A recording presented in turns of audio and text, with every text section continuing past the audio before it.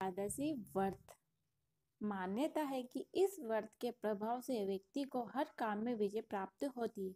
कहा जाता है भगवान राम ने लंका पर विजय के लिए इसी दिन समुद्र किनारे पूजा की थी।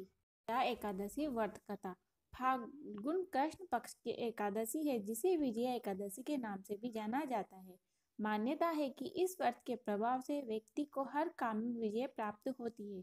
कहा जाता है भगवान राम ने लंका पर विजय के लिए इसी दिन समुद्र किनारे पूजा की थी।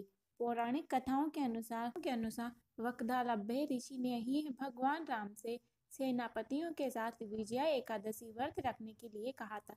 इसीलिए एकादशी के दिन इस कथा को सुनना व पढ़ना चाहिए। एकादशियों का महात्म्य सुनने में अर्जुन को अपार हर्ष की अनुभूति हो रही थी। जया एकादशी की कथा का श्रवण रस पाने के बाद अर्जुन ने कहा, हे पुंडरीकाक्ष, फाल्गुन माह के कृष्ण पक्ष की एकादशी का क्या नाम है तथा उसके व्रत का क्या विधान है? कृपया करके मुझे इसके संबंध में भी विचार पूर्वक बताइए। ने कहा, हे अर्जुन, फाल्गुन माह के कृष्ण पक्ष की एकादशी का नाम विजया है।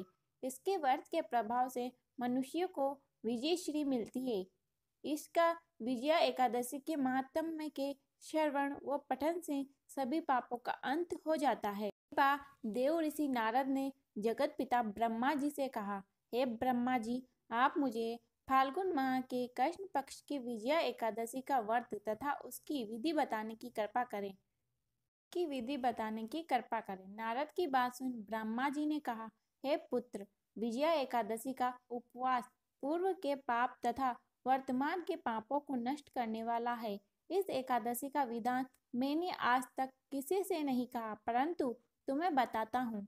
ये उपवास करने वाले सभी मनुष्यों को विजय प्राप्त करती है। श्रद्धा पूर्वक कथा का श्रवण करो। श्री राम को जब 14 वर्ष का वनवास मिला, तब वह भ्राता लक्ष्मण तथा माता सीता सहित पंचवटी में निवास करने लगे। उस समय महापापी रावण ने माता सीता का हरण कर लिया। इस घटना से श्री राम जी तथा लक्ष्मण जी अत्यंत दुखी हुए और सीता जी की खोज में वन भटकने लगे। जंगल घूमते हुए वे मरणासन जटायु के पास जा पहुंचे।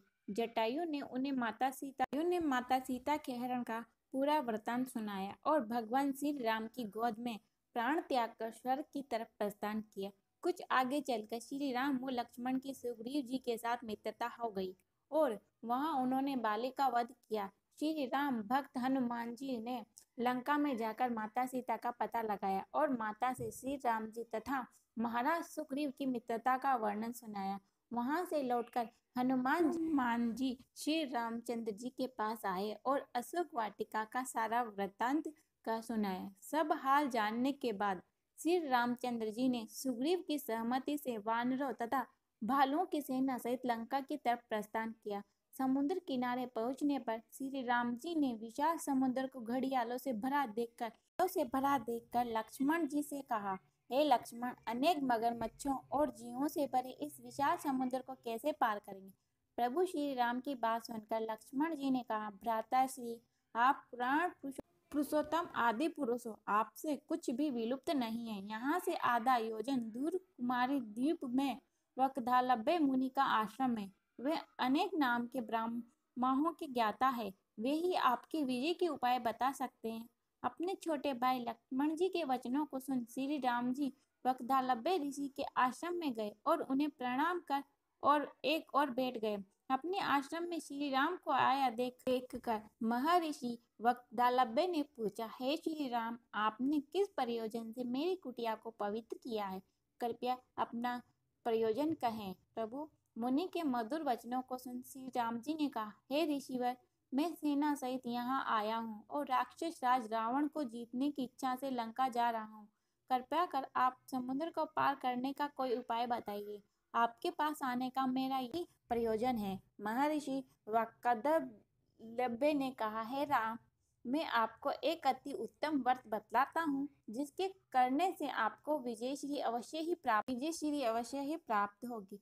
ये कैसा व्रत है मुनि श्रेष्ठ, जिसे करने से समस्त क्षेत्रों में विजय की प्राप्ति होती है? जिज्ञासा हो, श्री राम ने पूछा। इस पर महर्षि वगदालब्य ने कहा, हे श्री राम, फाल्गुन माह के कृष्ण पक्ष की विजय एकादशी का उपवास करने से आप अवश्य ही समुद्र को पार कर लेंगे और युद्ध में भी आपकी विजय होगी।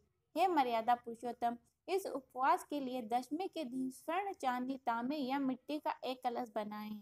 उस कलश को जल से भरकर तथा उस पर पंच पल्लव कर उसे वेदिका पर स्थापित करें। उस कलश के नीचे सतजना अर्थात मिले हुए 7 अनाज और ऊपर जो रखें उस पर विष्णु की स्वर्ण प्रतिभा स्थापित करें। एकादशी के दिन स्नान आदि से निवृत्त होकर धूप, दीप, नैवेद्य, नारियल आदि से भगवान श्री हरि का पूजन करें। वह सारा दिन भक्ति पूर्वक कलश के सामने व्यतीत करें और रात को भी उसी तरह बैठे रहकर जागरण करें। द्वादशी के दिन नदी या तालाब के किनारे स्नान आदि से निवृत्त होकर उस कलश को ब्राह्मण को दे। हे मुनि के वचन सुन तब श्री रामचंद्र जी ने विधि पूर्वक विजया एकादशी का व्रत किया और इसके प्रभाव से राक्षसों के ऊपर विजय प्राप्त की। हे अर्जुन, जो मनुष्य इस व्रत को विधि विधान के साथ पूर्ण करेगा उसकी दोनों लोकों में विजय प्राप्त होगी। ब्रह्मा जी ने नारद से कहा था, जो इस व्रत का महात्म्य श्रवण करता है या पढ़ता है उसे वाजपेय यज्ञ के फल की प्राप्ति होती है।